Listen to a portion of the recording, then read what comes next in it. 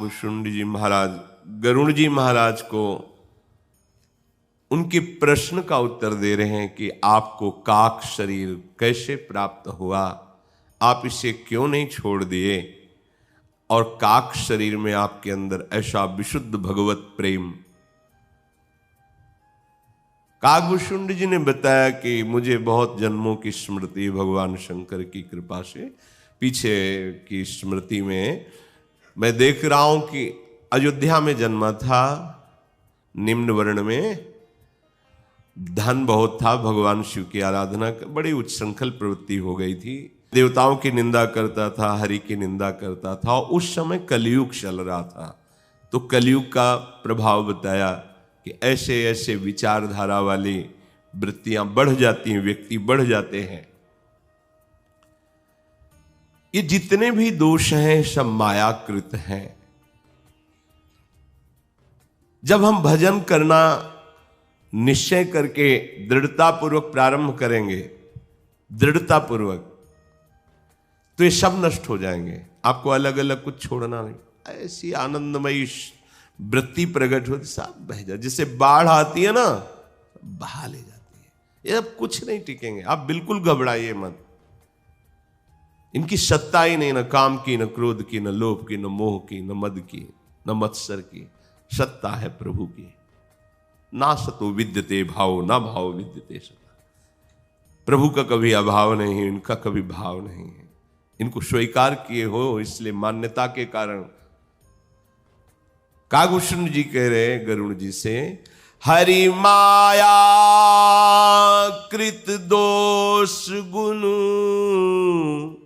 बिनु हरि भजन न जाहि, भजिय राम तजि काम, सब अस विचारी मन माही। ये जितने भी दोष बताए गए कलयुग के, या जितने भी लौकिक गुण हैं, सब मायाकृत हैं।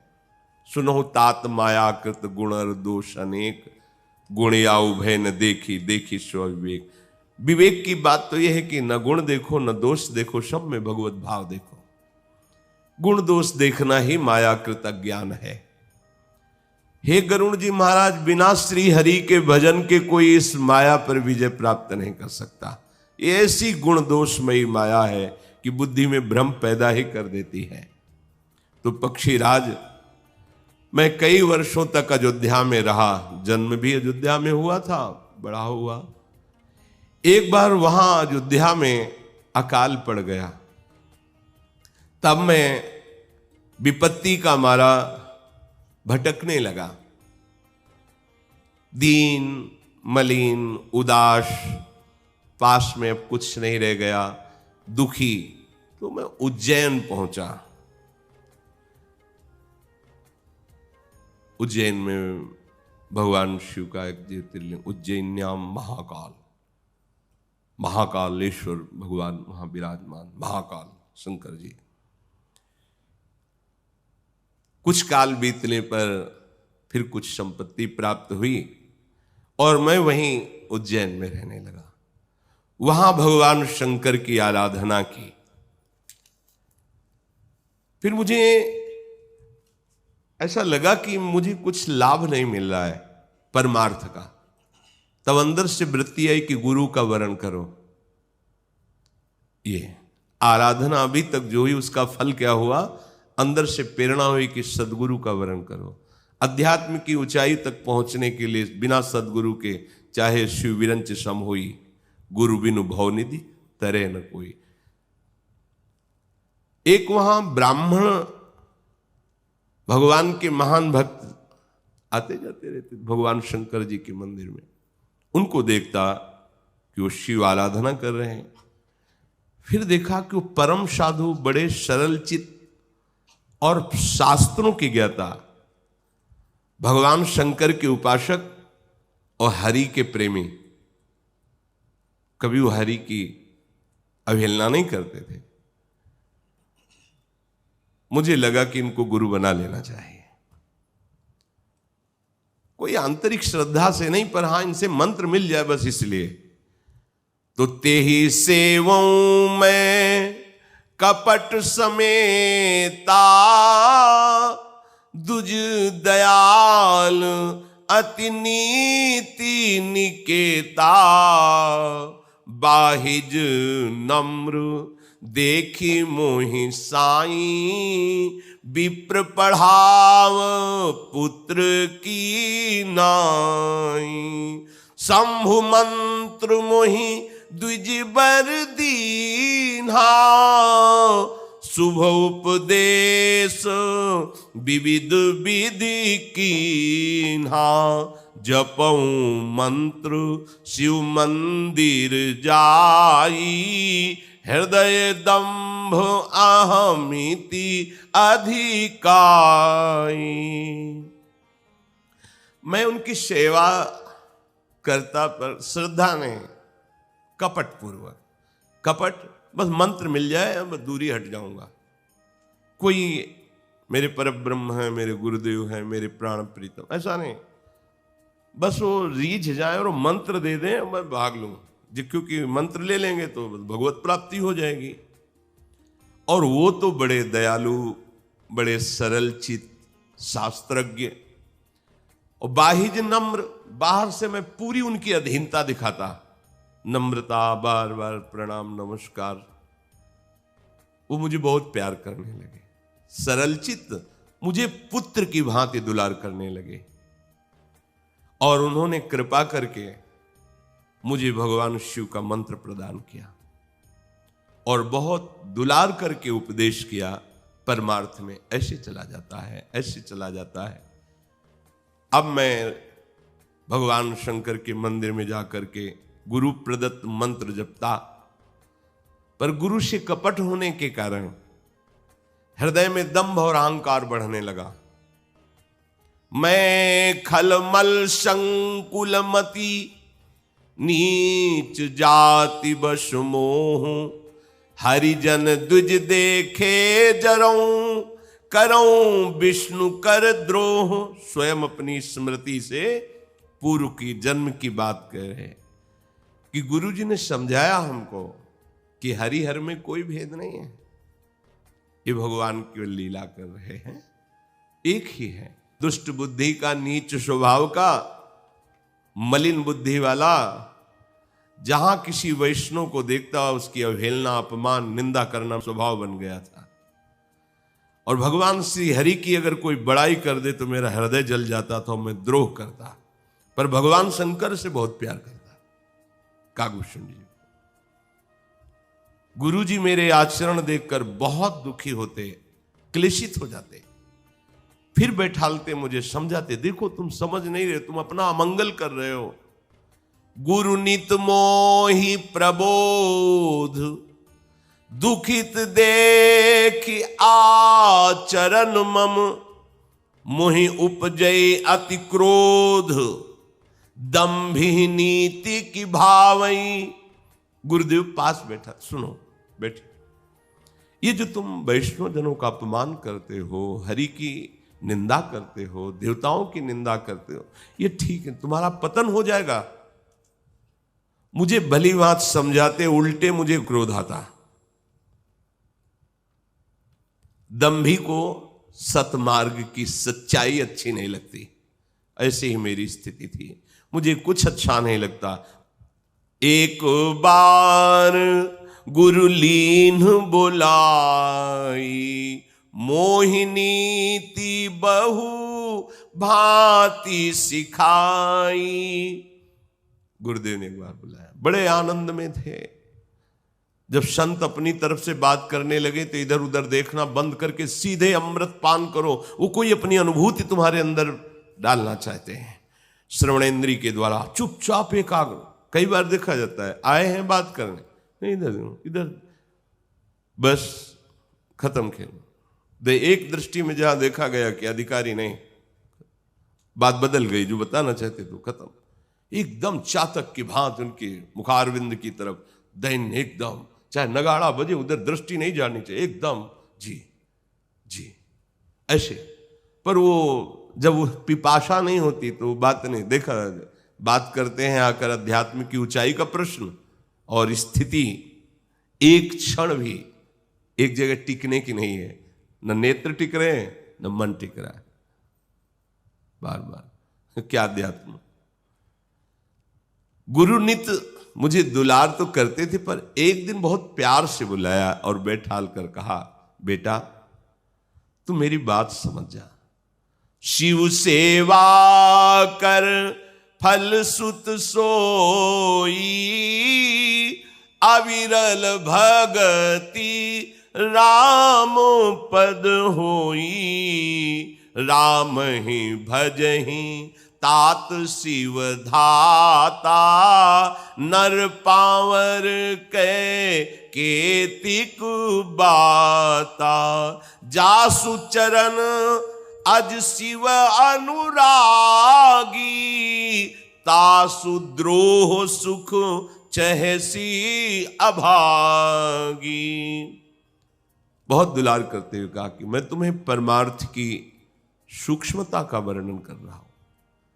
भगवान शंकर की आराधना का फल है कि भगवान श्री हरि के चरणों में अगाध प्रेम प्राप्त हो जाए। जब भगवान शिव किसी पर प्रसन्न होते हैं तो श्यामा श्याम की भक्ति प्रदान करते हैं। भगवान श्री हरि के जो और भी अवतार हैं, भगवान शिव की कृपा के बिना जा पर कृपा न करहि पुरारी, सो न पाओ मुनि भगति हमारी। शिव सेवा का ये फल प्रकट होता है कि भगवान श्री हरि के चरणों की प्रेम लक्षणा भक्ति हृदय में जागृत होती है। तात अर्थात बेटा तुम तो मनुष्य शरीर में हो।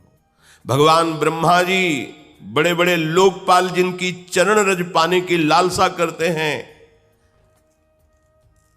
तुम उन प्रभु से द्रोह करने की बात सोचते हो। अरे अभागे, भगवान शिव जिनके चरण धोवन गंगा जी को माथे पे धारण किए हुए हैं, तू उन श्री हरि से द्रोह करता है। जब गुरु जी ने शिव जी को हरि का सेवक कहा, बस मेरा हृदय जल उठा। जैसे सांप को दूध पिलाए तो जहर ही बन जाता है, ऐसे कपटी और अधम स्वभाव वाले को मूर्ख हृदय न चेत, चाहे गुरु मिले बिरंच सम। उसको जितना समझाओगे वो ये नहीं समझ रहे मां जैसा इनका हृदय, वो ये समझ रहे मेरे में कुछ है ना, तेरे में हाँ है, तो तेरे में मेरे प्रभु विराजमान है, तू यही जान जा, बस इसीलिए तेरे को प्यार करते हैं। वो देहाभिमानी जीव नहीं समझ पाता। हे गरुड़ जी महाराज, बड़ी मेरी दुर्दशा थी हृदय की। मैंने ऐसे कृपालु गुरुदेव से अभिमान किया, कुटिलता, दुर्भाग्य तो देखो, मैं अपने गुरुजी से द्रोह करने लगा। गुरुद्रोही सबसे बड़ा पाप। वैष्णव द्रोह, चराचर का द्रोह, ये सब बड़े पापों के अंतर्गत है। जो नर होए चराचर द्रोही, वैष्णव द्रोही, और सबके ऊपर लिखा है गुरुद्रोही न। ये गुरु तेन बचन मानत गुरुद्रोही, निस्दिन करता अपनो भायो, तो इत व्यवहार न उत परमारथ, कहीं तुझे चैन नहीं मिल से। गुरुद्रोही को न इस लोक में चैन मिलता है, न परलोक में चैन मिलता है। वो अत्यंत दयालु थे। मेरे द्रोह करने पर भी न प्रणाम न नमस्कार, रुक जाते, सुनो ऐसा ठीक नहीं है, आप अपने को संभाल लीजिए, सुधार लीजिए। वो उत्तम ज्ञान की शिक्षा देते, पर मैं नीच। अब वो बात सोच करके ना हो रही कि ऐसे कृपालु गुरुदेव से मैं उनकी अवमानना करता, उनका अपमान करता। नीच स्वभाव का यही होता है कि जिससे बड़ाई पाता है पहले उसी को मारता है, फिर ऊपर अपने को प्रकाशित करना चाहता है। भाई सुनिए, आग से उत्पन्न हुआ धुआं मेघ की पदवी पाकर उसी अग्नि को बुझा देता है। धूल रास्ते में निरादर से पड़ी रहती है, सदा सब राह चलने वालों के चरणों की ठोकर सहती है, पर जब पवन उसको संग देता है, ऊंचा उठाता है, तो सबसे पहले पवन को ही वो गंदा कर देती है। पक्षीराज गरुड़ जी मैं बहुत अधम नीच अपने गुरु का अपमान करने लगा, और मैं समझता था कि मैं बहुत बुद्धिमान हूं, और भगवान शंकर हम पर बड़ी कृपा कर रहे हैं, क्योंकि मैं केवल उनका पक्ष लेता, न गुरु न इष्ट, वो हरि देवता किसी का, बस भगवान शंकर। दुष्ट हृदय, कपटी, कुटिलता से भरा, पर फिर भी गुरुजी मेरे से प्यार करते। ये बच्चा है, कैसा भी हो अपना ही है, क्योंकि गुरु और इष्ट में भेद नहीं। जैसे कल कह रहे थे, विमुख भये निमिषहु न अकृपा, जब चिते तब ऐसे। उनका तो स्वभाव ही ऐसा है। जब वो फिर मुझसे उस स्थिति में भी प्यार भरी बात करते, मेरा हृदय जल जाता।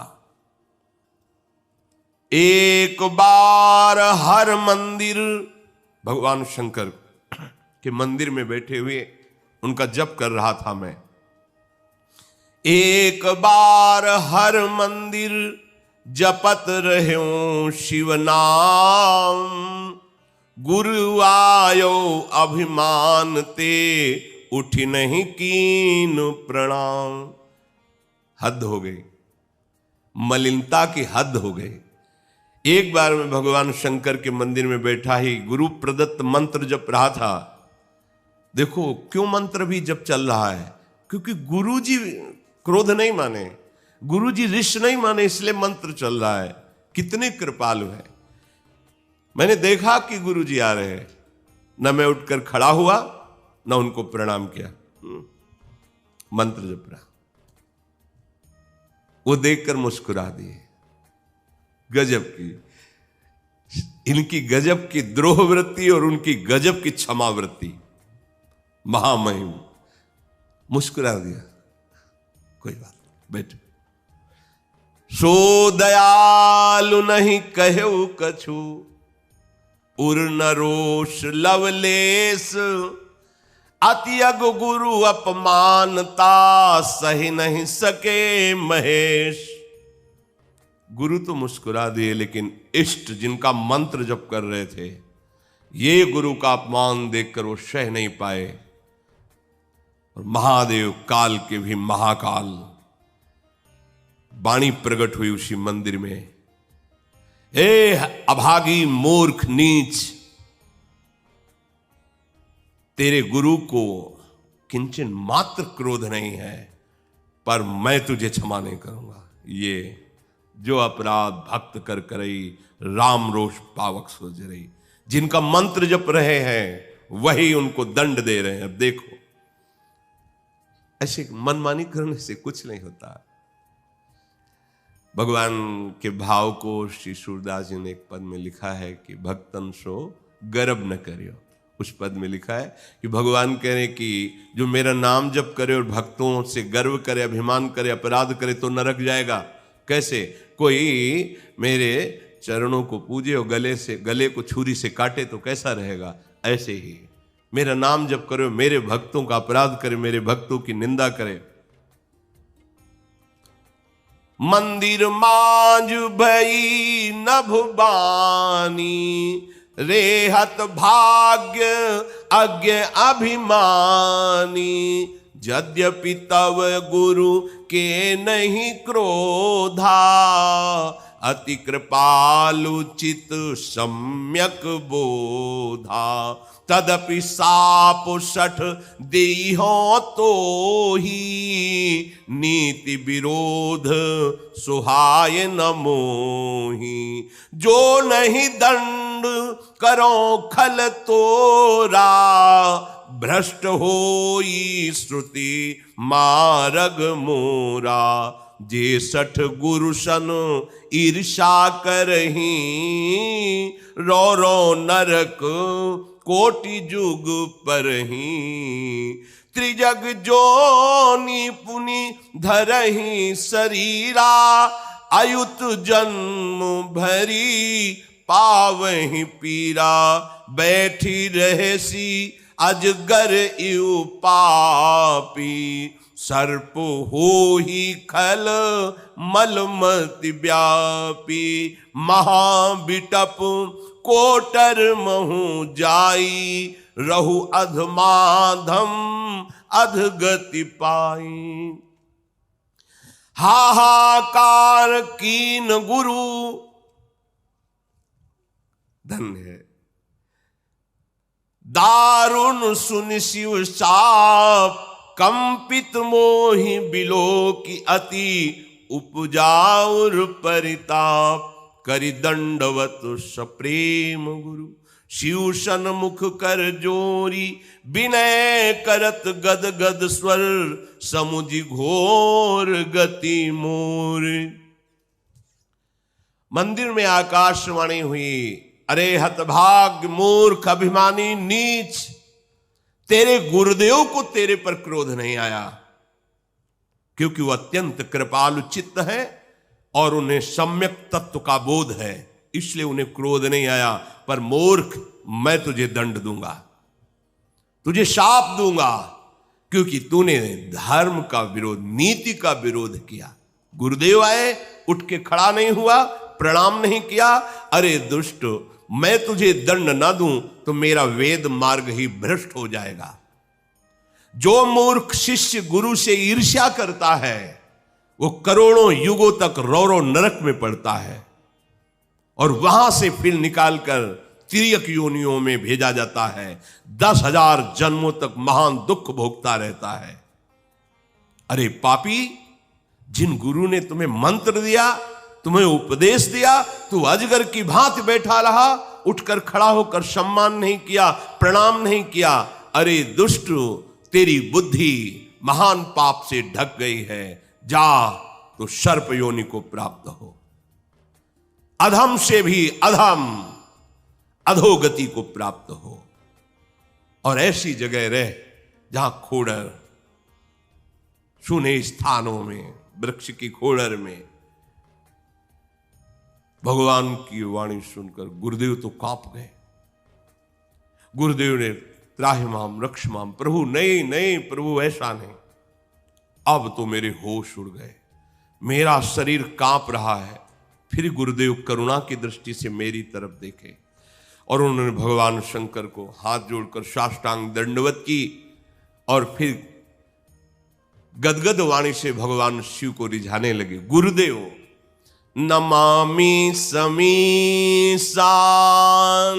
निर्वाण रूपम, विभुम व्यापकम ब्रह्म वेद स्वरूपम, निजम निर्गुणम निर्विकल्पम निरीहम, चिदाकाश माकाश वासं भजेहम, निराकार मोंकार मूलम तुरीयम, गिरा ज्ञान गोतीत मीशं गिरीशम,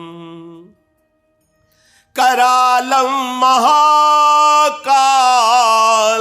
कालं कृपालं, गुणागार संसार पारम नतोहम, तुषारादृशंकाश गौरम गंभीरम, मनोभूत कोटि प्रभाश्री शरीरम, स्फुरन्मौलिकल्लो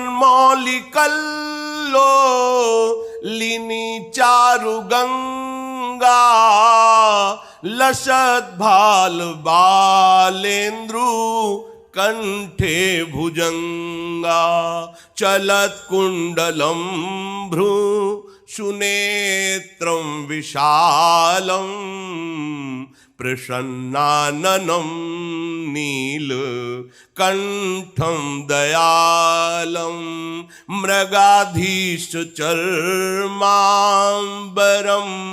मुंडमालं, प्रियं शंकरं सर्वनाथं भजामि, प्रचंडं प्रकृष्टं प्रगल्भं परेशं अखंडं अजं भानु कोटि प्रकाशं त्रयः शूलनिर्मूलनं शूलपाणिं भजेऽहं भवानी पतिं भावगम्यं कलातीत कल्याण कल्पांतकारी सदा सज्जनानंद दाता पुरारी चिदानंद संदो मोहापहारी प्रसीद प्रसीद प्रभो मन्मथारी नयावद उमानाथ पादारविंदम भजन्ति है लोके परे वानराणाम न तावत् सुखं शांति संतापनाशं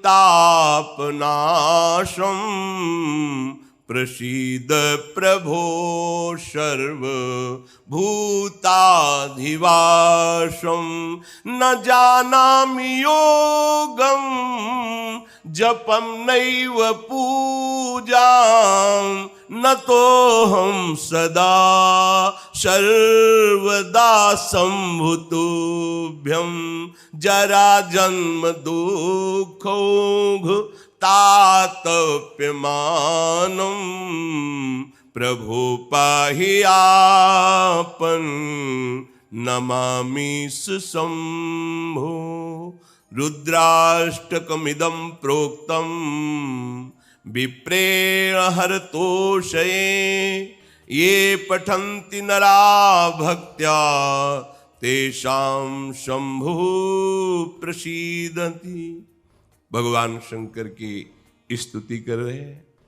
फिर आगे जो चरित्र हुआ आगे बढ़ आज शरद उत्सव इसलिए श्री राधा वल्लभ लाल की। जब प्राकृतिक आश्रय का इतना जोर का प्रभाव है तो भागवतिक आश्रय का कितना होगा। जो है नहीं उसको स्वीकार कर रहे हैं तो ये दुर्गति हो गई। जो है उसको स्वीकार करके आश्रित हो जाए तो परमानंद आने में कोई आश्चर्य की बात है क्या। आश्रित होना बड़ा कठिन होता है क्योंकि अज्ञान से हमारा अहम मम इसी देह और देश संबंधियों में, देह संबंधी भोगों में इतना सुदृढ़ हो गया है कि समझ में ही नहीं आता कि ये मेरा विषय नहीं है। ये भ्रम से मैंने देह को, इंद्रियों को अपना मान रखा है। भ्रम से मुझे इंद्रियजन्य भोगों में सुखानुभूति हो रही, स्वाप्निक। श्रीपाद प्रबोधानंद जी महाराज कह रहे हैं, स्त्री राक्षस्याः सुविषम कृते रक्षतम रक्षतम च क्रोधाशूया मदपिशुनता दम्भलोभान्वितादैः वृन्दाटव्यां विरह भयतो रक्षतम न्यून भावात् राधा कृष्णौ निज करुणया सर्वतो रक्षतम मां। राधा कृष्णौ निज करुणया सर्वतो रक्षतम मां। ये हमारी बुद्धि राक्षसी प्रवृत्ति को प्राप्त हो रही है। स्त्री राक्षस्याः सुविषम कृते रक्षतम रक्षतम च। पुरंजनोपाख्यान श्रीमद् भागवत जो गान करते हैं या श्रवण करते हैं, सुना होगा। ये बुद्धि ही वो स्त्री है जो इस पुर में अपने सेवकों के साथ विचरण कर रही है। बड़ा सुहावना पुर है और एक छत्र वो इसकी स्वामिनी है। अब ये पुररंजन जीव उस बुद्धि में आसक्त हो गया, पुरंजनी में। पुरंजनी ने पूरा पुर उसको समर्पित कर दिया अपने सेवकों सहित। वो भ्रमित हो गया, पुरंजनी में आसक्त होकर, बुद्धि में आसक्त होकर मन और इंद्रियों के साथ वो खूब भोगों में रमण करने लगा। पूरा अध्यात्म का रूपक उसमें वर्णन किया गया है। इस रूपक से अध्यात्म का निर्णय किया गया है। ये बुद्धि ही है जिसमें हम मैं स्थापित कर चुके। ममता आसक्ति इतनी हो गई है कि वो जो सलाह देती वही हम करते हैं। बुद्धि का काम है निश्चय करना। ये जब तक निश्चय नहीं करेगी कुछ नहीं कर सकती। इंद्रियां, मन, कुछ नहीं, कोई चेष्टा नहीं हो सकती। पूरा का पूरा शासन बुद्धि में है, बुद्धि से ही हो रहा सब। विषय, इंद्री, मन, बुद्धि, सारा खेल यहां बुद्धि से। इसीलिए प्रायः महापुरुषों ने याचना की है भगवान से, प्रभु से, प्रियाजू से कि हमारी बुद्धि को शुद्ध करके इसमें प्रकाश कीजिए। देहु कृपा करी बुद्धि प्रकाश, जस बरनो हरिवंश विलास, श्री हरिवंश गाय हो। देहु सुबुद्धि कृपा करी मोहि, पोई सुगुन माला रचो। जो बड़े महामहिम मंत्र हैं गायत्री, उसमें भाव यही है कि वो परम तत्व मेरी बुद्धि को सत्य की तरफ प्रेरित करे। जो विषयाकर्षण से आसुरी भाव, आसुरी भाव माने दूसरे से सुख भोगने की लालसा, पर से सुख भोगने की लालसा का नाम ही आसुरी भाव। अशु प्राणों को कहते हैं आशु। जो केवल अपने प्राण पोषण के लिए, इंद्रिय सुख के लिए विचरता है, वो राक्षस भाव को प्राप्त हो जाता है। देखो ना, जब आप घटनाएं सुनते हो, ऐसा कौन कर सकता है, ऐसा तो राक्षस ही कर सकता है। तो उसके सींग तो है नहीं, दांत तो बाहर नहीं निकले, कोई ऐसा भयानक रूप नहीं, बड़ा सौम्य शांत रूप दिखाई दे रहा है, लेकिन उसकी बुद्धि राक्षसी हो गई है। स्त्री राक्षस्याः सुविषम कृते रक्षतम रक्षतम च। हे वृंदावनवासी, तुम सावधान रहो। अपनी बुद्धि को देखो, ये किधर जा रही है। सारा खेल इसी के ऊपर है। मयि एव मन आधत्स्व मयि बुद्धिम निवेशय, भगवान आदेश करें। मेरे में मन बुद्धि लगा दो तो तुम मेरे में ही निवास करेगा, इसमें बिल्कुल कोई संशय नहीं। अर्थात तेरा मन बुद्धि मैं ही बन जाऊंगा, भगवत स्वरूप हो जाएगा। श्री हरिवंश सुप्राण सुमन हरिवंश गणिजय, श्री हरिवंश सुचित्त मित्त हरिवंश भनिजय, श्री हरिवंश सुबुद्धि बरन हरिवंश नाम जस। मन बुद्धि सब हरिवंश, हा हरि रा राधा। वह वृंदावन सा सहचरी, वृंदावन में विराजमान सहचरियों के मध्य श्यामा श्याम जो है वही मेरी बुद्धि हो गए, मन हो गए, प्राण हो गए। ये बुद्धि का जो खेल अभी चल रहा है त्रिगुणात्मिका माया से, इसको हटाना पड़ेगा। ये काम आपको करना है। बल और मार्गदर्शन भगवान करेंगे। आपको बल भगवान देंगे, मार्गदर्शन भी भगवान शास्त्र रूप से, सद्गुरु रूप से, संत रूप से, हृदय में प्रेरणा रूप से, वो कहीं भी कैसे भी आपको संभालेंगे। पर आपको निवारण करने के लिए स्वीकृति आपको करनी है कि अब मैं त्रिगुणातीत स्थिति को प्राप्त करना चाहता हूँ, अर्थात भगवत साक्षात्कार करना चाहता हूँ। अभी बुद्धि की कैसी गंदी सलाह देती है। कुछ मिनट ऐसी गंदी क्रिया हुई, फांसी की सजा। कुछ मिनट ऐसा अपराध बन गया, जीवन भर मुंह दिखाने लायक नहीं। कई ऐसे अपराध बन जाते हैं, कई जन्मों तक वो त्राहिमाम चिल्लाता रहता है, कोई रक्षा करने वाला नहीं मिलता, क्योंकि उसका कर्म उसको दंड दे रहा है। ये बुद्धि की ही तो राक्षसी प्रवृत्ति के द्वारा हो गया। अगर यही सुमति होती तो पूरे विश्व को आनंद देने वाला निर्णय कराती, आचरण कराती। बुद्धि दूषित हो गई तो स्वयं को क्लेश और सबको क्लेश देने वाला बन गया। रक्षतम रक्षतम च, हे आराध्य देव, हे गुरुदेव, हमारी बुद्धि की रक्षा कीजिए। हम बाहरी वस्तुओं को तो बहुत रक्षा करने की सोचते हैं, जिनको रक्षा कर ही नहीं पाएंगे। परिवर्तनशील है, नाशवान हो जाएगा, उसका परिवर्तन हो रहा है प्रतिपल प्रतिपल, वो नाश को प्राप्त हो रहा है, आपको नहीं दिखाई दे रहा। लेकिन बुद्धि, अगर बुद्धि तुम्हारी शुद्ध हो जाए तो तुम ये जान जाओगे कि तुम अविनाशी हो, सच्चिदानंद में हो, तुम्हें कोई भय, किसी भी तरह का विषाद स्पर्श ही नहीं कर सकता। क्रोधा असूया मद पिशुनता दंभ लोभा नृताद्यय, जब हमारी बुद्धि राक्षसी भाव को प्राप्त होती है तो इसमें क्रोध जाने चेष्टाएं प्रकट करती है, निश्चय कर लेती है।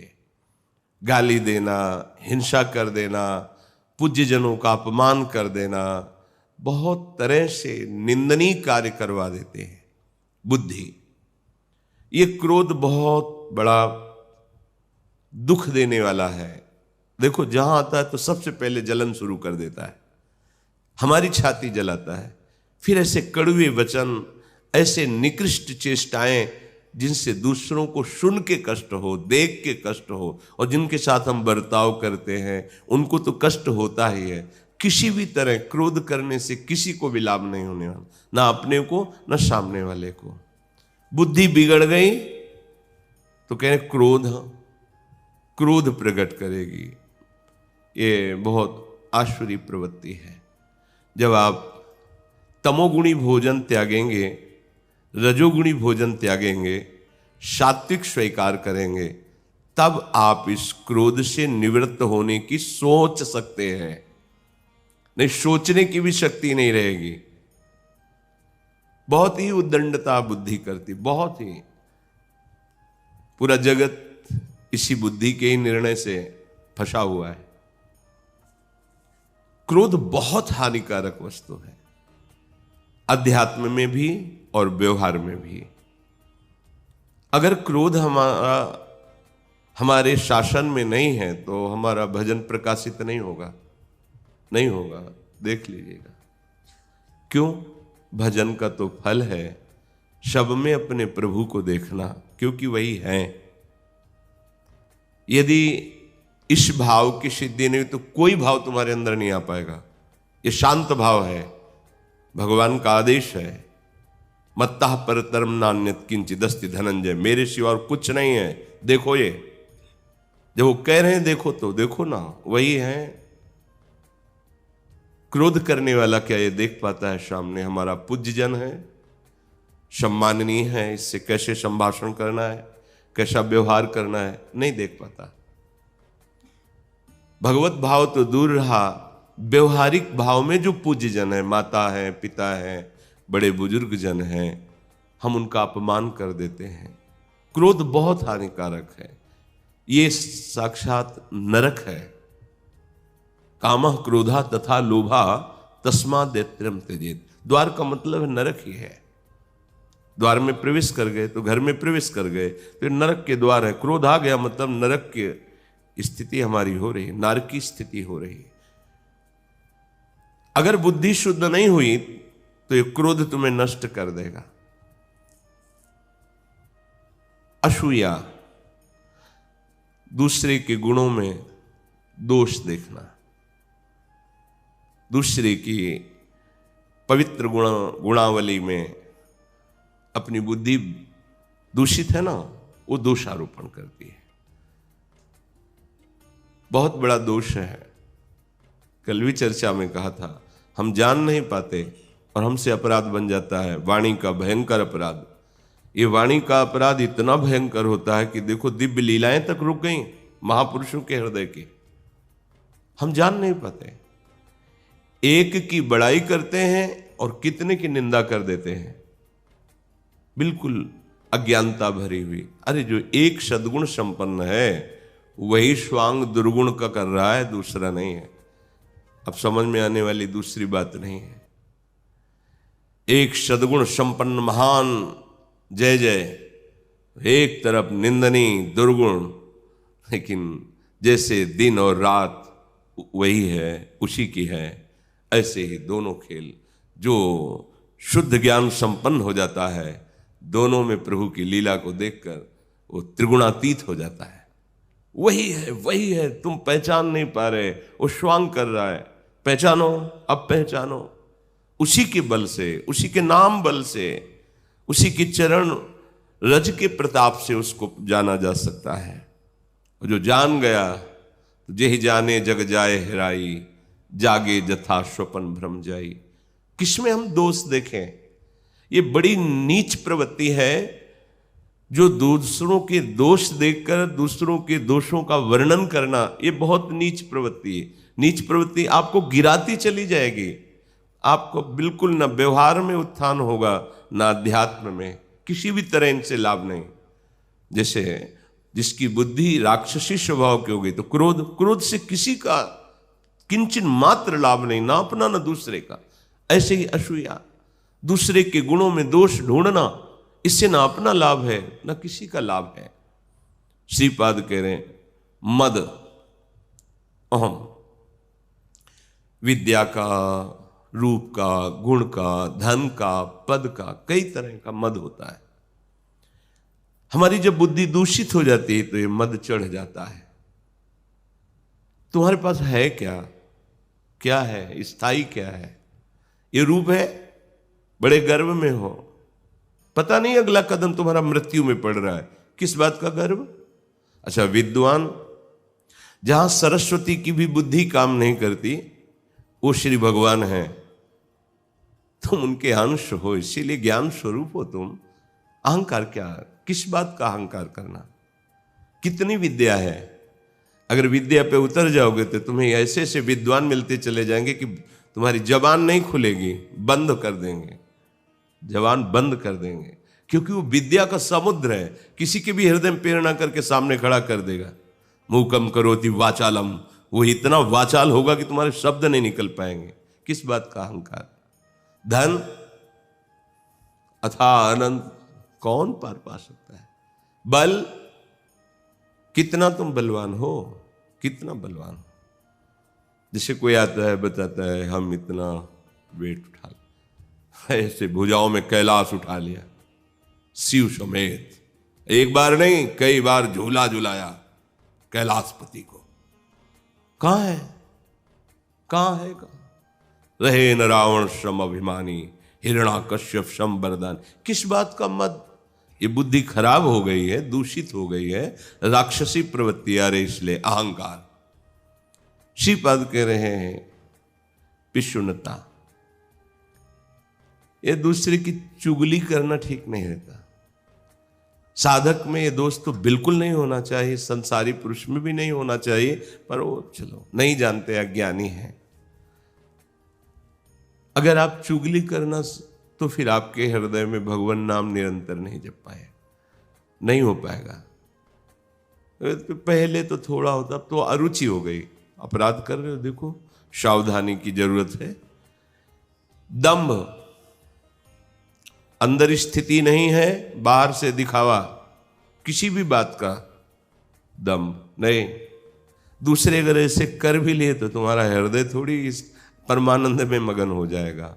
किसको दिखाना है? जिससे प्यार कर रहे हो तो हर क्षण देख रहा है ना, किस स्वाभाविक स्थिति है, वो बात अलग है। आप किसी भी तरह का भक्ति का, किसी भी तरह का कोई ऐसा जो आपके अंदर नहीं है, वो दिखावा नहीं करना। अगर किए तो मार्ग ही रुक जाएगा, परमार्थ का मार्ग ही समझ में नहीं आएगा। संतों के पास जाया जाता है उनकी अनुभूतियां सुनने के लिए, उनके पावन मंगलमय वचन सुनने के लिए, उनकी भगवदानंद की अनुभूति में अपनी अनुभूतियों को स्वाहा करने के लिए। क्योंकि हमारी अनुभूतियां कहाँ हैं? उन संतों की अनुभूतियों के आगे, तो उसी में लय कर देते हैं, उनको अर्पित कर देते हैं और उनकी अनुभूतियां अपने जीवन का सार बना लेते हैं। पर प्रायः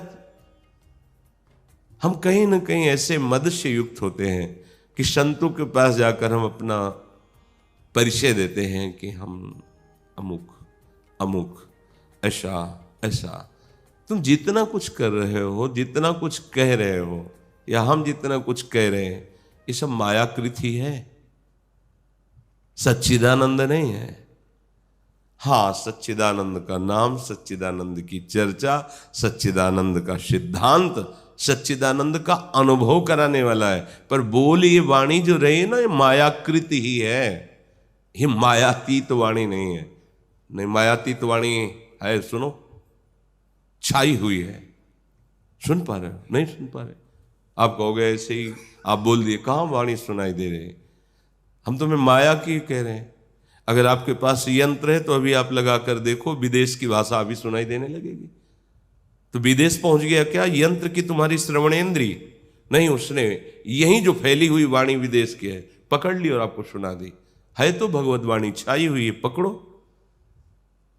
उसके लिए दिव्यता चाहिए। जैसे उसके लिए यंत्र, तो इसके लिए मंत्र, मंत्रानुष्ठान से परम पावन हुआ, तब उसको सब। ये प्राकृतिक वाणी है जिससे बोला जा रहा है। इसीलिए चाहे जितना बोल लो, पूर्णता थोड़ी होने वाली है। अगाध ज्ञान समुद्र हमारा प्रभु है। अनादिकाल से वेद शास्त्र पुराण ऋषि मुनि सब उनकी गाथा गा रहे, पर आज तक कोई पार पाया क्या? तो दंभ ना करो, दिखावा मत करो, नाटक मत करो। जो है नहीं अंदर उसको प्रदर्शित मत करो किसी भावना से, सम्मान की भावना से, कि लोग हमें भगत कहें, कुछ ऐसा। वो अंदर आप देख लो। ये शुद्ध भगवत प्राप्ति के मार्ग की बात है। यदि आपकी बुद्धि आसुरी भाव को प्राप्त हो रही है तो क्रोध, असूया, मद, पिशुनता, दंभ और फिर करें लोभ, जितने से उदर पोषण हो जाए, जितने से शरीर ढक जाए, उतने ही सब कोई अन्न और वस्त्र का प्रयोग करते हैं। करोगे क्या? कितना खाओगे? कितना? कितने में सोओगे? पूरे विश्व में फैल जाओगे क्या? 3.5 हाथ का शरीर किसी कोने में पड़ा हुआ हो, केवल वो बुद्धि बिगड़ी हुई है ना, बस। प्रभु का नाम हमारा परम धन है। तो अनंत ब्रह्मांडों में जितना वैभव सब मेरा है, क्योंकि मेरे स्वामी का है। अगर अहम ही जोड़ना है तो ऐसी जगह जोड़ो जहां पूर्णता को प्राप्त हो जाए। जितनी बैंक, जितना कुबेर का खजाना, जितना महावैभव, महालक्ष्मी, वो सब हमारे प्रभु की है और प्रभु हमारे हैं। कितना आनंद! जब जरूरत पड़ेगी बिना दस्तखत की व्यवस्था कर देते हैं। आश्रय पक्का ना होने के कारण हम अहम का आश्रय लिए डोलते हैं। लोभ, जथालाभ संतोष सदा काहू सो कछु न चाहोगो। अध्यात्म का उपासक या शांति पथ का पथिक इस बात को समझ ले, तुम्हारे लोभ करने से कुछ नहीं होगा, तुम्हारा हृदय मलिन हो जाएगा। मत करो लोभ, भगवद आश्रित रहो। वो महलों में रखे चाहे झोपड़ी में वास दें, अपने कर्तव्य का पालन करो। फल पर दृष्टि मत रखो कि हम ये सत्कर्म कर रहे हैं, इसका फल तो मिला नहीं हमें। नहीं, जब असत्कर्म का फल नहीं तुम्हारा पिंड छोड़ेगा तो सत्कर्म का पिंड कैसे छोड़ देगा? वो तो तुम्हें भोगना ही पड़ेगा। जैसे अन मांगे आगे आवेगो, ज्यो पल लागे पल को। बिना मांगे आ जाएगा, तुम चिंता मत करो। हरि भज हरि भज, छाण न मान नर्तन को। मति बंछे रे मति बंछे, तिल तिल धन को। अन मांगे आगे आवेगो, ज्यो पल लागे पल को। कहे हरिदास मीच ज्यो आवे, त्यों है धन आपन को। हरि भज छाण न मान नर्तन को। लोभ भगवान नाम का कीजिए। जितनी आपकी आवश्यकता है, विश्व का भरण पोषण करने वाला विश्वंभर भगवान देख रहा है आपको। उसके विधान के अनुसार आपका जीवन चल रहा है। आप थोड़ा बेपरवाह निश्चिंत होइए और चिंतन कीजिए प्रभु के नाम रूप का, तो ये लोभ आपके शासन में आ जाएगा। नहीं, अभी आप लोभ के शासन में हैं। लोभ पास जेहि गल न बंधाया, सो नर तुम समान रघुराया। जो लोभ की फांसी में अपने गले को नहीं फंसा देता वो भगवत स्वरूप होता है, वो भगवत स्वरूप होता है। श्रीपाद कह रहे हैं, बहुत ध्यान देने योग्य बात कह रहे हैं, अगर इस बुद्धि रूपी राक्षसी को आपने पवित्र नहीं किया, इसका स्वभाव नहीं बदला, तो ये आपको फंसाती रहेगी। क्रोध में, असूया में, मद में, पिशुनता में, दंभ में, लोभ में, अनृतादयी और झूठ में। बेमतलब का पाप कमाती है शुद्ध बुद्धि। बेमतलब बातचीत में झूठ बोल रहे हैं, नहीं असत्य संपातक पुंजा। ये झूठ बोलने की जरूरत क्या है? मतलब किसी की प्राण रक्षा हो रही हो, किसी को बहुत लाभ, जीवन उसका बच रहा हो, चलो भले हमें उसका दंड मिले लेकिन वो तो सुखी हो जाएगा। लेकिन व्यर्थ में हम झूठ बोलते रहते हैं, व्यर्थ में, बिल्कुल कोई अस्तित्व नहीं, कोई जरूरत नहीं थी बोलने की, फिर भी झूठ बोलते चले जाए। अनृतई। जब बुद्धि हमारी बिगड़ जाती तो पापाचरण ऐसे होते हैं, क्रोध से होते हैं, दूसरों के गुणों में दोष ढूंढकर उनकी चर्चा करने से, चुगली करने से, अभिमान से, दंभ से, लोभ से, अनृत से। तो क्या होगा? आपको जो लाभ मिला, वृंदावन मनुष्य शरीर में आप आए और भगवत भक्तों का संग मिला, इससे आपकी उपासना का रंग चढ़ता, पर आपने अपनी बुद्धि को शासन में नहीं लिया। सत्संग, शास्त्र, इनके द्वारा बुद्धि को शासन में लिया जाता है, नहीं को मान निगम अनुशासन। शास्त्रों का न स्वाध्याय है न श्रवण है, तो आपको पता ही नहीं कि बुद्धि पर कैसे शासन किया जाता है। विवेक के द्वारा बुद्धि पर शासन किया नहीं। शास्त्र में ऐसा, गुरुजी ने ऐसा कहा है, संत सत्संग में ये सुना है कि ऐसा नहीं कर, नहीं, निश्चय ठीक होना चाहिए, नहीं ऐसा नहीं होगा। और निश्चय ठीक है तो मन और इंद्रियां आपके अधीन रहेंगी। अगर ऐसी चूक करते रहे, बार बार ये राक्षसी प्रवृत्ति, तो कह रहे वृंदाटव्या विरह, वृंदावन से तुम्हारी जो ये लाभ की वृत्ति हट जाएगी, हट जाएगी पक्का। आपको रूखापन आपके हृदय में आ जाएगा, भजन में अरुचि, वैष्णव के प्रति अश्रद्धा, सतमार्ग बिल्कुल लुप्त हो जाएगा, पता ही नहीं चलेगा अंदर। बस फिर लगे क्या, बस किसी न किसी इंद्रिय भोग की प्रधानता होगी और वो तुम्हें भगवत मार्ग से दूर कर देगी। यहां चलना भी तो बहुत कठिन है। ये परमार्थ का मार्ग दुधारी तलवार है, इस पे चलना है। भगवान का सहयोग ही, भगवान का बल ही, भगवान की कृपा के द्वारा रक्षित होकर ही चला जा सकता है।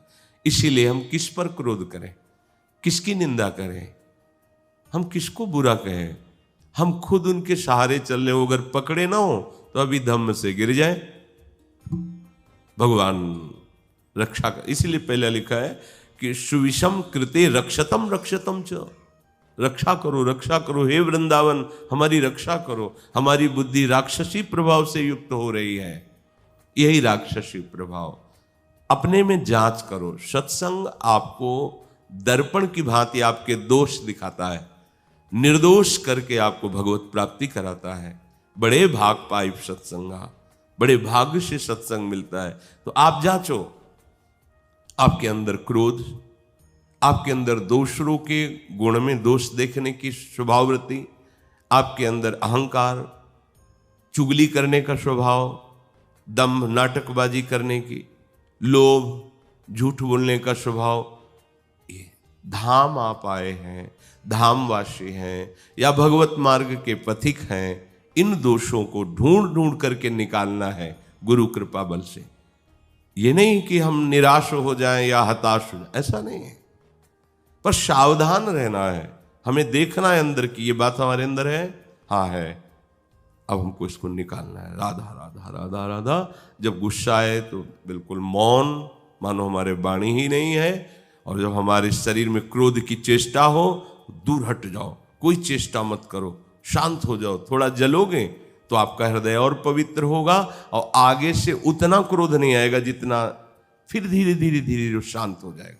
अगर आप चेष्टा और क्रिया में उतर गए तो फिर वो अपना अधिकार कर लेगा। जरा जरा सी बात में आप जलेंगे, बिना किसी बात के जलेंगे। ये ऐसी वृत्ति है कि 20 वर्ष पहले किसी ने कड़ुआ व्यवहार किया होगा, अब भी जल रहे हैं उसको याद करके, अब भी जलन हो जाएगी। ये बहुत राक्षसी प्रवृत्तियां हैं, इनसे बचो। रक्षतम न्यून भावाद, हे वृंदावन धाम मेरी रक्षा करो। मैं कोई भी वो ऐसा अपने अंदर भाव न्यून नहीं रहने दूंगा जो आपसे मुझे अलग कर दे। हे वृंदावन, मुझे आपसे अलग होना पड़े ऐसे मैं किसी भाव का आदर नहीं करूंगा अंदर से। कोई भी न्यून भाव जो आपसे अलग कर दे, नहीं, अब नहीं।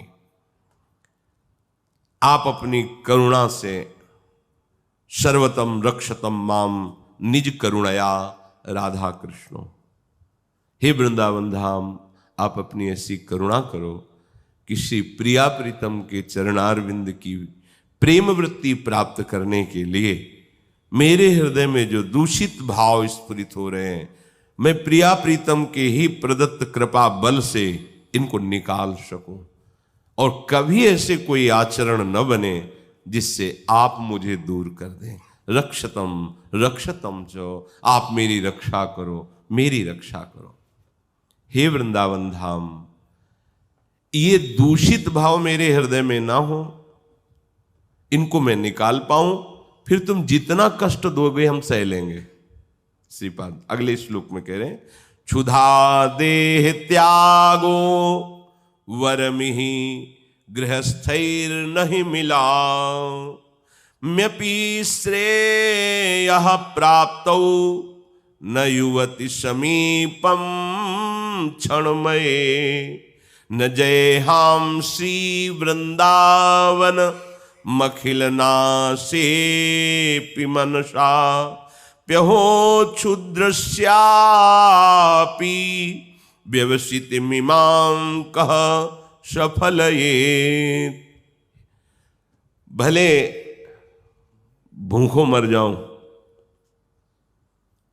वृंदावन धाम, पर मैं ऐसे लोगों से अब नहीं मिलूंगा, ऐसे लोगों का मैं अन्न स्वीकार नहीं करूंगा जिनके संग से वैष्णवों में दोष बुद्धि हो जाए, भगवत मार्ग फीका लगने लगे।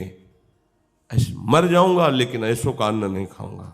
श्रीपाद कह रहे, क्षुधा देह त्यागो वरमी गृहस्थेर नहीं मिला। ऐसे जो जनेन्द्रीय रसेंद्रीय के भोगों में मगन हैं, जिनके अन्न पाने से हमारी बुद्धि जो ऊपर दोष वर्णन किए उन दोषों से युक्त हो जाए, भूखा मर जाऊंगा पर ऐसों का अन्न नहीं पाऊंगा। इसीलिए भगवत मार्ग में किसी एक घर में बराबर भोजन करने की अनुमति नहीं दी गई शास्त्रों में, विरक्त मार्ग के पथिक को। और गृहस्थ के आपकी मेहनत के द्वारा कमाया हुआ जो धन है, आप भले नमक रोटी से काम चला लो, पर दूसरों के द्वारा दान किए हुए भोजन को पाने की इच्छा मत करो। गृहस्थ धर्म में जीवन भर गृहस्थ रहे हो, जो भी जैसा कमाया है, धाम वास करके अपना कल्याण करना चाहते हो, तो जो नमक रोटी तुम्हें तुम्हारे पास है उसी से काम चलाओ, तप में जीवन व्यतीत करो। ये नहीं कि हम कहीं जा करके हलवा बट रहा है तो पा लिया के, ऐसा नहीं। और जो विरक्त है तो किसी एक के घर में बैठ करके भोजन बराबर ना पाए। पीछे चर्चा में कई बार कहा है उड़िया बाबा जी के वचन कि वो बृहस्पति के समान शास्त्रों का ज्ञानी हो, पवित्र हो, तो भी एक घर में नहीं।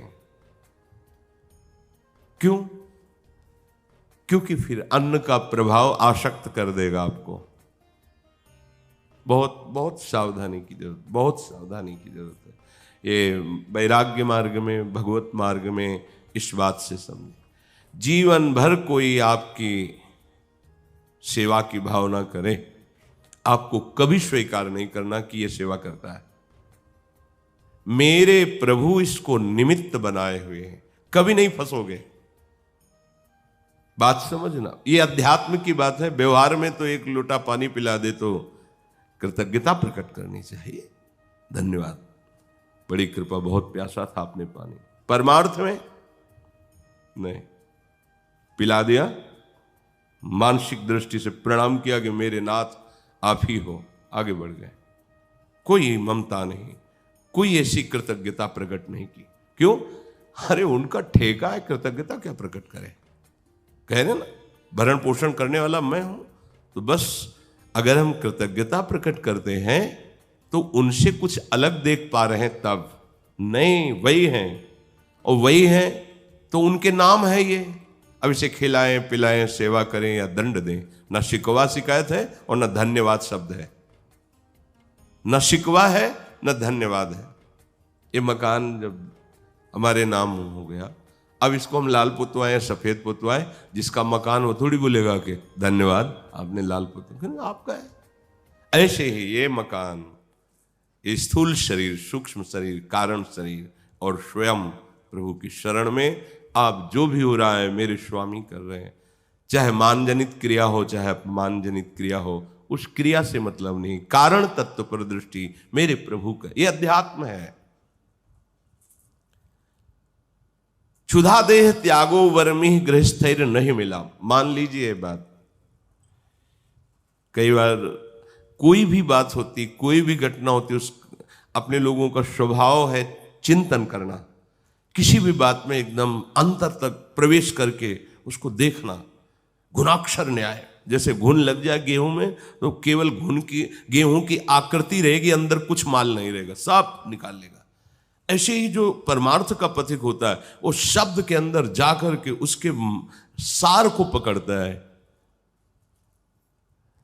जब कोई सेवा करने लगता है, करेगा ही विश्वम्भर भगवान से प्रेरित होकर, तो उपासक को कभी भी ये नहीं स्वीकार करना चाहिए कि ये व्यक्ति मेरी सेवा करता है। नहीं, प्रभु मेरी सेवा करते हैं। नहीं, गिरते हुए देखा जाता है, अपनी वृत्ति को और अपने मार्ग की वृत्ति को, दोनों को गिरते हुए देखा जाता है। अपनी वृत्ति उसके दासत्व को प्राप्त होने लगती। कहां प्रभु का दासत्व? कहा मोर दासा करे नरन के आशा, तो कहां रहा विश्वासा? एक भरोसो एक बल एक आस विश्वास, गिर गए ना अपने अध्यात्म वृत्ति से। वही विश्वम्भर दूसरा नहीं, दूसरा स्वीकार किया तो द्वैत माया प्रपंच प्रवेश कर जाएगा, आपका परमार्थ नष्ट हो जाए। क्षुधा देह त्यागो, देह त्याग सकता हूं पर निष्ठा नहीं त्याग सकता, धाम नहीं त्याग सकता, भगवदाश्रय नहीं त्याग सकता। मैं श्रेय प्राप्त न युवती समीपम क्षणमय। कह रहे हैं श्रेय कहते हैं परम मंगल को। श्रेय का उद्देश्य यदि हो गया, परम कल्याण का उद्देश्य हो गया, तो काम भावना से किसी भी शरीर का स्पर्श मत करो। जिस शरीर के स्पर्श से तुम्हारे अंतर की भावना मलिन हो रही, हमारे हृदय में प्रेम आना है प्रियालाल का, ये गंदा काम नहीं, ये राक्षसी भाव के अंतर्गत हो जाएगा। वैराग्य और राग बड़ा अंतर है। राग से पूर्ण हट करके जो वैरागी है उसी के हृदय में अनुराग जागृत होता है। ऐसा नहीं कि काम और अनुराग एक जगह रह सकते हैं, नहीं रह सकते हैं। प्रेम निर्मल भास्कर, काम घनीभूत अंधकार, सुसुख वांछा आसुरी प्रवृत्ति, काम तत्सुख वांछा और प्रभु को अधीन करने की सामर्थ्य प्रेम। यदि प्रेम मार्ग में चले हो, म्यपि श्रेय प्राप्त हो, यदि तुम कल्याण अपना करना चाहते हो, प्रेम प्राप्त करना चाहते हो, आत्यंतिक मंगल करना चाहते हो अपना, तो न युवती समीपम क्षणमय। काम संबंधी चेष्टा से किसी को देखो मत, छुओ मत और संग मत करो। वृत्ति तभी प्रियालाल के प्रेम में डूबेगी। अगर हमारे अंदर इस मलिन वृत्ति का आदर रहा तो फिर प्रेम के लिए हम कब तड़पेंगे, कब रोएंगे। न जय हम श्री वृंदावन मखिल नाशे मनुषा, कह रहे मेरा सर्वस्व नाश हो जाए पर मैं वृंदावन का त्याग नहीं करूंगा, सब कुछ नष्ट हो जाए। आपका तो उद्देश्य है श्यामा श्याम का प्यार प्राप्त करना, श्यामा श्याम की मुस्कुराहट देखना, श्यामा श्याम के समीप जाना, तो इसकी परवाह फिर